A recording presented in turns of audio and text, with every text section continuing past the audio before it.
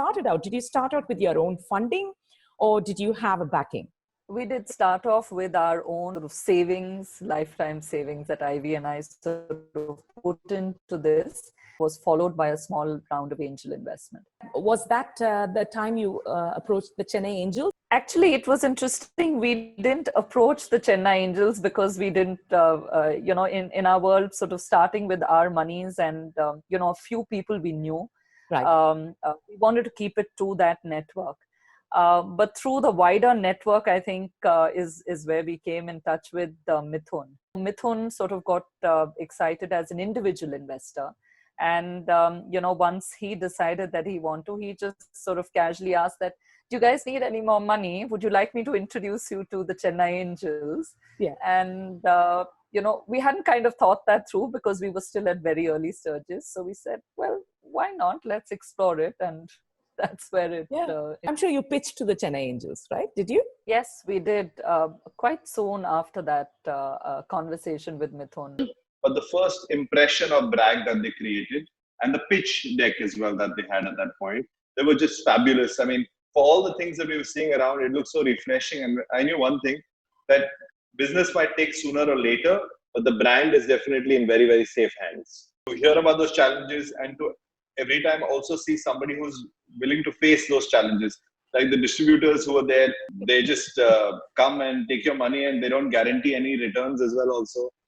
But they make a commission as well. But they're not responsible for making sure your payments will come on time. The call from a mall in Singapore, when they were making that to Chennai Angels, and I just had to be on the phone to hear them at that point.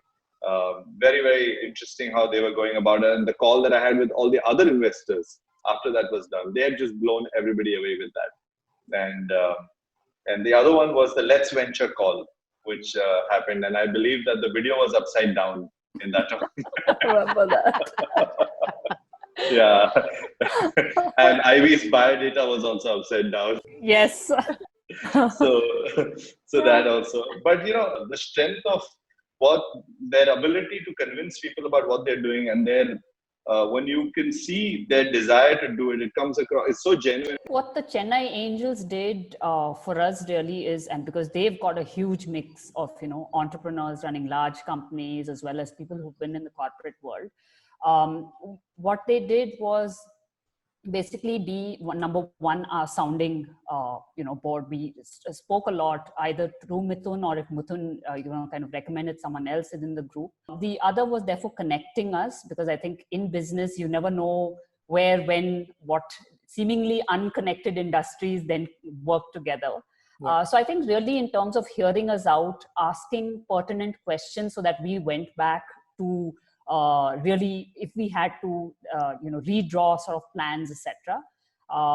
And the connects. Those were the two really important pieces that the Chennai Angels supported. I think versus, all the other sort of investor conversations or interactions we would have had invariably at the pitch stage, from the first interaction with the Chennai Angels, right down to sort of, continuing interactions that we have with them, is a very different breed of investors who are solid, traditional businessmen themselves first. And therefore, questions were always very, very grounded in, is this going to make your business self-sufficient? And to that extent, like Ivy said, we may not have sort of taken, everything on board from day one, but to have these things in alignment meant that one could go back, reflect, and very honestly say, okay, yes, I agree with what was being sent. Maybe I missed it, in the excitement early on, but let's get on with it. Mithun in particular has given us breathing space, unlike the experiences we've heard from